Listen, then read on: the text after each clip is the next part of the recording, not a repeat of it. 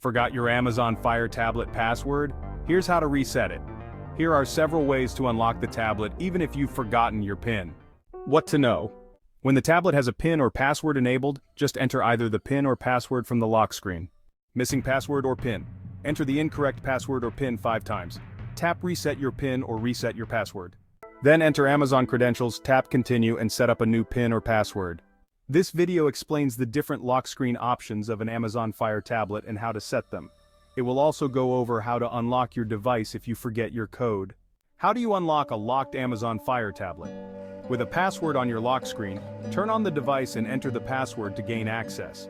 With a PIN, turn on the device and enter the PIN to gain access. How to reset a lock screen PIN or password on an Amazon Fire tablet. If you've forgotten the password or PIN for your Fire tablet, you can still gain access to your device by completing the following steps. First, while at the lock screen, input the wrong password or PIN 5 times. Next, select Reset your PIN or reset your password. Then enter your Amazon account password and tap Continue. Finally, select a new PIN or password and select Finish.